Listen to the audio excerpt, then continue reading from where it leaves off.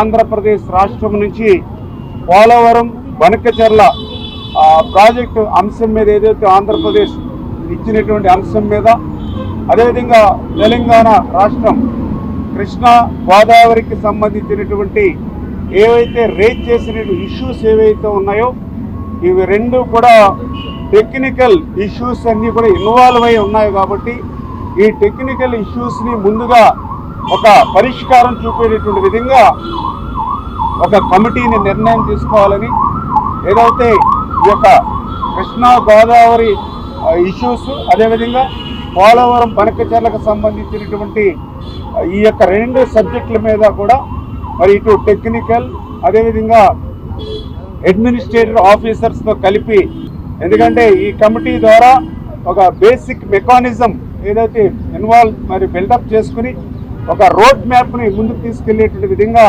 ఈ యొక్క టెక్నికల్ అదేవిధంగా అడ్మినిస్ట్రేషన్ ఆఫీసర్స్తో కలిపేసేటువంటి కమిటీ కూడా పెద్ద కాలయాపన లేకుండా రేపు మండే లోపుగానే ఈ కమిటీని కూడా ఏర్పాటు చేసుకుని ముందుకెళ్లాలని చెప్పేసి కూడా నిర్ణయం తీసుకోవడం జరిగింది.